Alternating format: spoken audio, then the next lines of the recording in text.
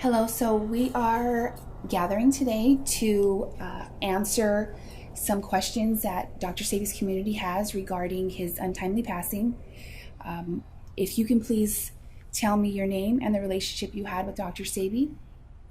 My name is Mel Watkins, and I've had a 51-year relationship with Dr. Sebi. He and I have been friends since 1965. I originally met Dr. Sebi when he was still Alfredo Bowman. I had just come home from the Air Force, and he and my brother were in a revolutionary discussion group that they met all the time to discuss the situation here in this country, in the United States. And he and I became very, very close friends very quickly. At the time, we would drive up and down the coast, stopping at different beaches and just sitting and looking at the ocean and discussing many different things. That was before either one of us got into the discussion of health and nutrition.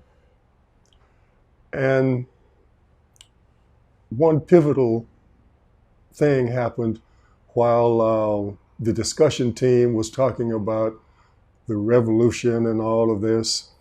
My mother walked through the room and she said, "Of all these things that I hear you young men talking about, I don't hear any discussion of love." And of course, everybody in their own minds went poo-poo. But 20 years later, we all came to the same conclusion, that without love, you have nothing. So we continue to build on that foundation, including the herbs. Sebi and I would go to Herbs of Mexico all the time over in East LA. And one day when we were walking in, an elderly woman, a Mexican woman, stopped and said, "If you have a business card, would you leave it with the people here?"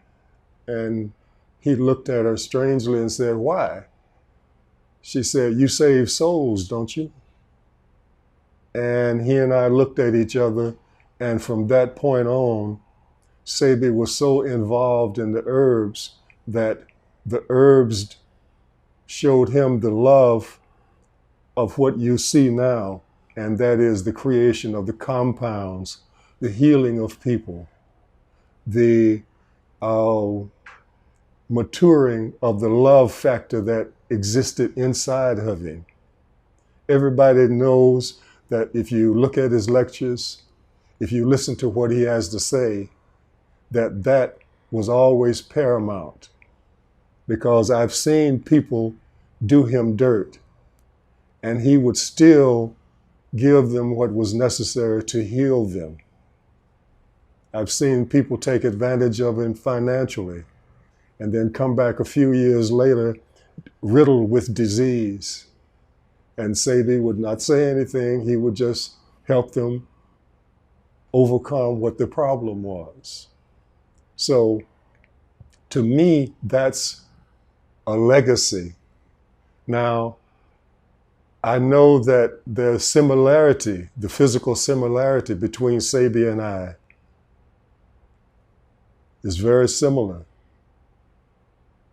So I just want to let everybody know that he was my friend, he was my mentor, and I dearly miss him.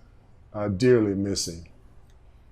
And so that is another reason why you are present today, so that we can have an intimate outlook for the community, because we do want to satisfy unanswered questions, again, with an intimate aspect of Dr. Sebi's intimate circle.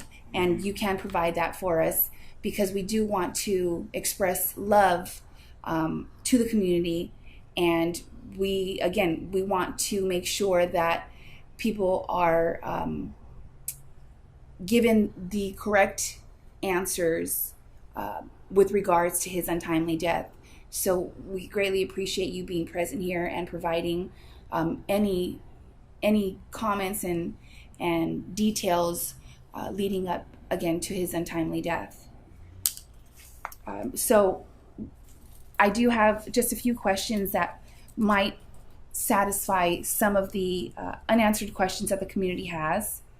One is if you can tell us why Dr. Sebi's incarceration was not disclosed to the public. That is a question that each and every one of us has to think about, has to give some thought about, because ever since his death, I have been looking at the major networks as far as the news is concerned. I saw nothing. I looked at all the newspapers. I saw nothing. And that to me speaks volumes of what finally happened. We all know that after his case in the Supreme Court of New York, where he won, where he is the only person that has triumphed over the medical establishment. The day that he won his victory, that was the day that the story came out about Tawana Brawley and her being raped. And that was a smokescreen, because eventually we all found out that that story was a hoax. Now, starting all the way from the beginning. Now, and again, for those that don't remember, Dr. Sebi was originally arrested because his center put in print that he had cured, or that they had cured AIDS. Then he was arrested for practicing medicine without a license. He proved that he did, and the charges were false. So ever since then, we have known that there were circumstances lurking in the background that we should be aware of. But being the brave soul that he has always been, and the person full of integrity, he knew that his only choice was to go forward with his work. And his work impressed more and more and more people throughout this world in different countries. So whether or not there was some foul play, I have no idea. The thing that he and I always insisted on was truth.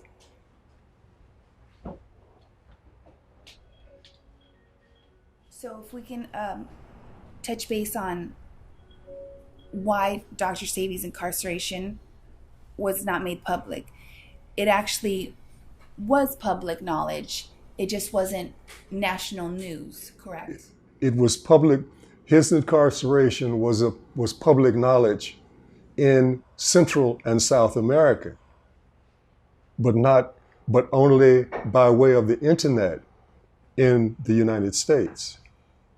And to me, again, that speaks volumes. And as far as it being disclosed, could you also touch base on what Dr. Sebi himself wanted made public?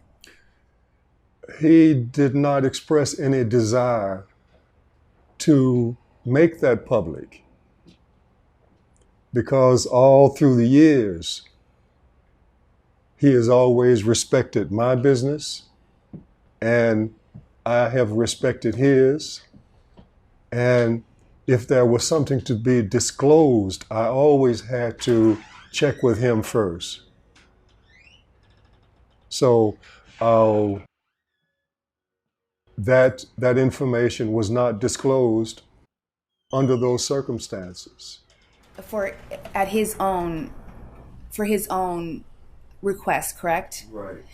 I wanted to actually touch base on that. So, people are asking and speaking of the conditions of the jail cell, and how I know that there is dialogue of Dr. Sebi passing of pneumonia, and they are just baffled at how a holistic herbal doctor who has healed so many people of so many ailments, how could he have died from pneumonia? A couple of things.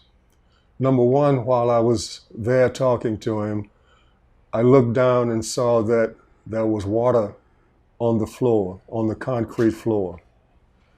The floor stayed moist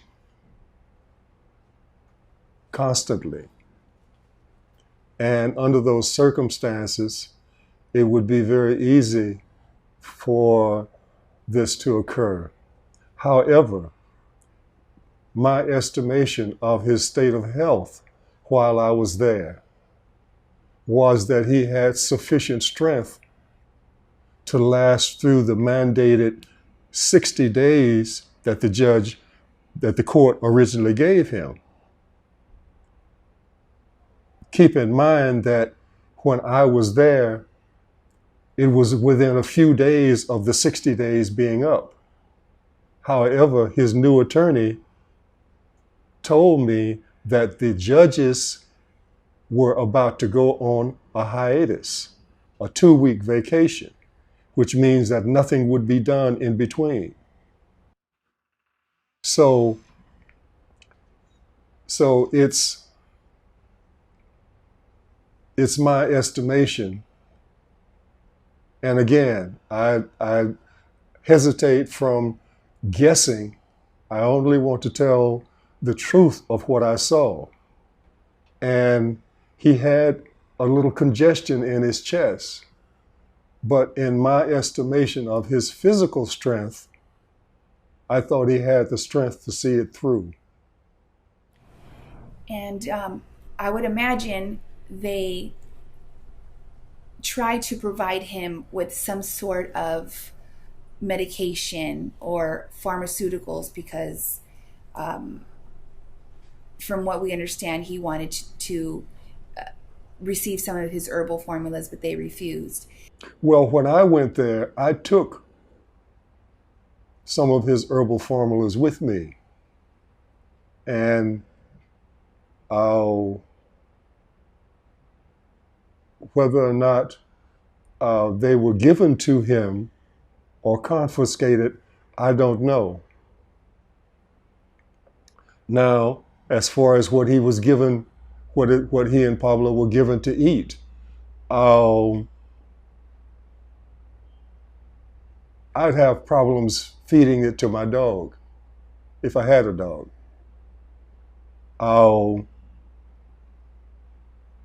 It was garbage. It was garbage. And the crowded situation and the overall conditions. Can you touch base on the guards? The jail cell? The guards. They acted friendly, but you can tell that that was not the case. When I first walked in, they took me into a little small cubicle, and this one guard asked me to empty what was in my pockets. He felt on my pocket and my identification, and I also had a $100 bill in my pocket. And when I took it all out, it was on the top, and he pointed to it and pointed to himself, and he ended up taking the money. But that's what they do. There is so much poverty, so little to go around in Honduras. Everybody is trying to get whatever crumbs that they can get. Even the guards. Even the guards, especially the guards. And we know that in any civilized system, police guards are not free to totally act on their own. They get their orders. So I would assume that they had their orders. And there was, another thing I saw in Sebi while I was there, and that is he had began to recognize the fact that they had no intention, the court had no intention whatsoever of allowing him to be released. Let me go back a little bit. That was a previous case where he had some money. That was on the island of Roatan, right off the coast of Honduras. And that case was resolved. The money was sent on to the capital to be eventually forwarded back to him. At the time that was concluded, his legal advice, whether it's from the police or his legal team or whatever, informed him that the $10,000 that is the limit one can carry you can carry more money. All you have to do is declare it. And Sebi told me himself that he declared the money on his form before he got off the plane. And they arrested him anyway. One of the reasons is because the previous case had been left open. And when he went to jail the second time, then they combined the two cases. One for $27,000 and one for $50,000. So now the charge is money laundering for $77,000. That was his own money. Yes, it might be the law that you have to show that that is your personal money. However, nobody walks around with the necessary papers to do that. Nobody. So as far as I'm concerned, the legal advice he was given as far as declaring the amount of money that he had on him was a setup and bogus information. So, but I understand all the people out there, the people that follow Sebi, and they want answers. It would be wrong of us to give answers that we're guessing at. And in the near future, additional information will come to surface. There were, well, actually, with the exception of a very few people in Honduras that's in his corner. And when I say very few, I mean very few, although he was known not only all over Honduras, no matter where he went. He was known all over Central America and South America, because a couple of years ago, there were interviewers, there were people connected to the media in different countries that sat down with him at Usha.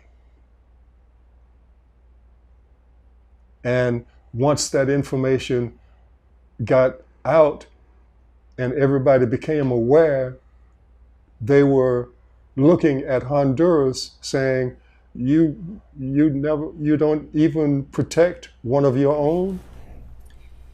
Well, I think, Mel, you have personally and intimately, answered what we feel have been the most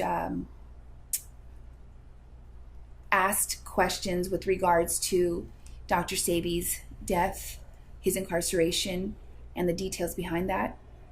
In conclusion, I would like to ask if you can briefly discuss, because again, you were best friends with Dr. Sebi, if you do have any intimate details as far as his intentions with the company and the visions for any of his future endeavors.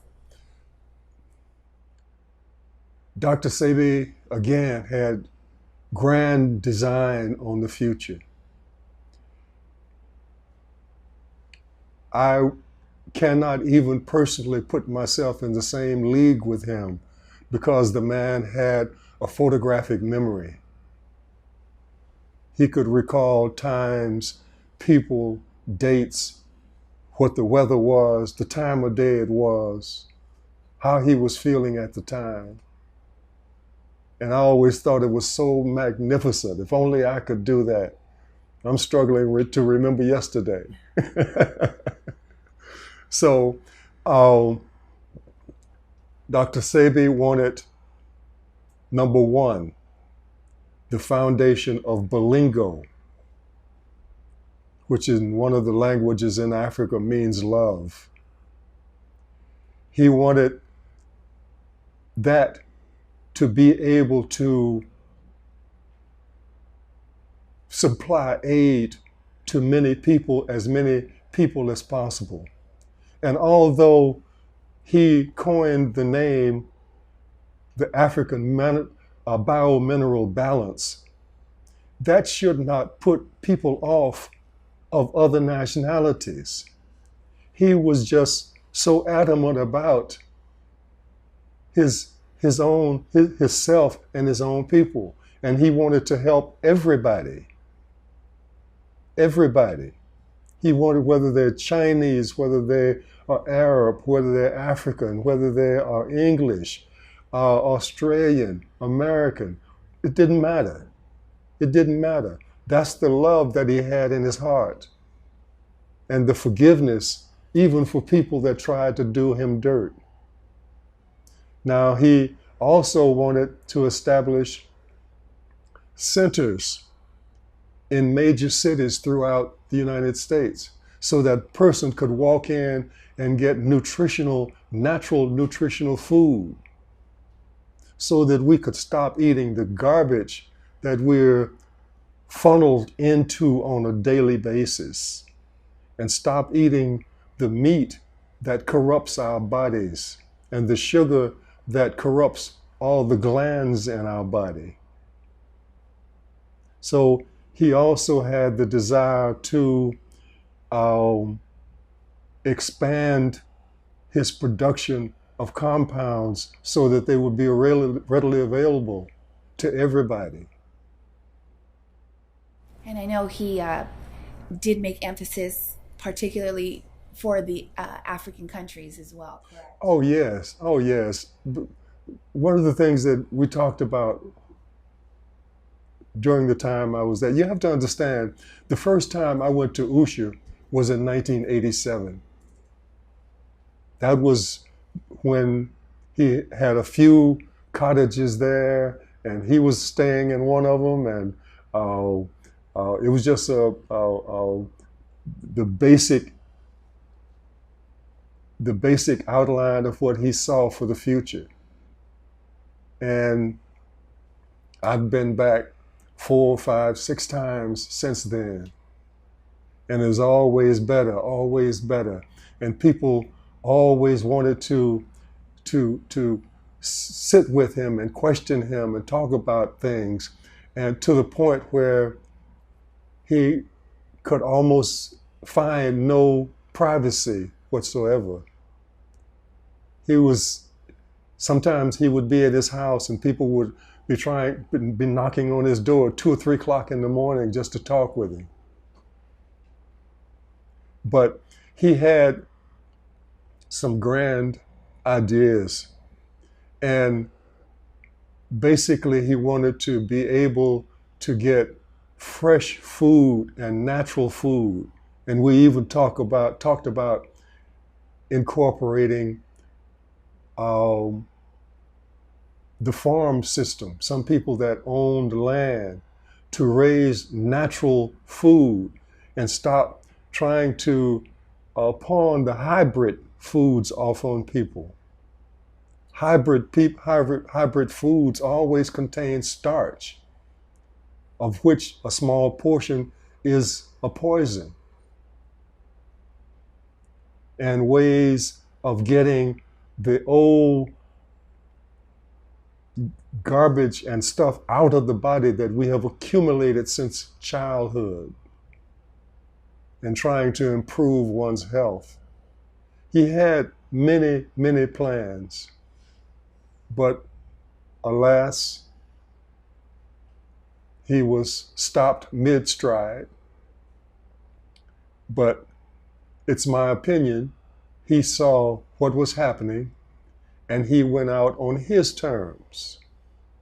He did not wait for the penal system there to play with him like a doll in a cage. And that was the integrity of my friend, Dr. Sebi. So in closing, Mel, if you can just speak directly to Dr. Sebi's community, because there are extreme emotions, understandably so, and Yes. As you spoke on Dr. Sebi's basic foundation of love, we want to ask the community to move forward on love. And because you did have such an intimate relationship with Dr. Sebi, if you could just, again, speak directly to the community as far as what you feel Dr. Sebi would want for his community to move forward with. Mm-hmm. Many times at the Usha village, people express the desire to sit and talk with Sebi at length.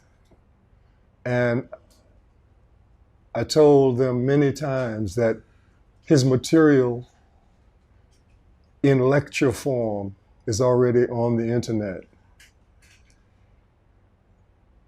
And we all have seen his practice of love and benevolence in his life, which was paramount. The thing that happened when the court case started was that he was asked to place his hand on a Bible and swear to tell the truth. And he said, no. If I don't have the integrity to tell the truth, although all those people that have been in the court and did that, they lied to you. So he proclaimed his own integrity, and the judge accepted that. That's what he wishes for the people that follow him. Have the integrity to tell the truth and to examine the information that he has already given. One thing I would like to say to everyone out there, please download as much of the information as you can, as soon as you can, because we have a feeling that one day that much of his information will come up missing. So if you have to, whatever you have to do, download it to your private applications or hard drive or a hard copy or whatever is necessary. Don't let the information be lost. That would be doing a vast disservice to Dr. Sebi and all the work that he has done. And with regard to the accusations and the accusations of what has happened to him and Pablo, if you could just speak on what you feel Dr. Sebi would like for people to, how he would like for his community to be reacting to this situation. Dr. Sebi would You know, that laughter of his, especially when he found something totally ludicrous and and insane, he would just dismiss it. That I'm not asking everyone out there to dismiss this tragedy, but give it a lot of thought. And eventually we will have to get back to the business of how we are dealing with our human bodies, how we are dealing with the people around us. Continue to spread the word, continue to deliver his message, because it's of vital importance. We are in a situation where we have not had adequate nutrition, iron, or many other substances to put us on an even footing mentally. So that is our work. That is Dr. Sebi's desire. Many times we talked about what is the key to getting people back on track as far as their mental abilities are concerned. And that is adequate nutrition so that the chemistry inside the body can be sufficient so that we can see clearly. In a person that is diseased, it is very easy to become delusional. When you say hello, they may take it as a threat and shoot you. So it's our responsibility to follow the legacy of Dr. Sebi and put our bodies and our brains and our love in proper perspective. And we have to have proper nutrition in order to do that. Because if the chemistry on the inside of the body is skewed, then our view of the world is skewed. The eyes are simply an instrument to see with. The brain interprets what it sees. So that, to me, is Dr. Sebi's legacy, and we have to all accept the responsibility to carry it on. We cannot let this be lost. We cannot. That would be the real crime. Thank you very much, Mel. We really, really appreciate this meeting, and we hope that the community appreciates it as well. It's my pleasure. And again, I want to reiterate, Dr. Sebi was my friend, and I know there's a lot of similarity between us physically, but unfortunately, my friend is gone. But he lives through us. Yes, yes. Thank you. My pleasure.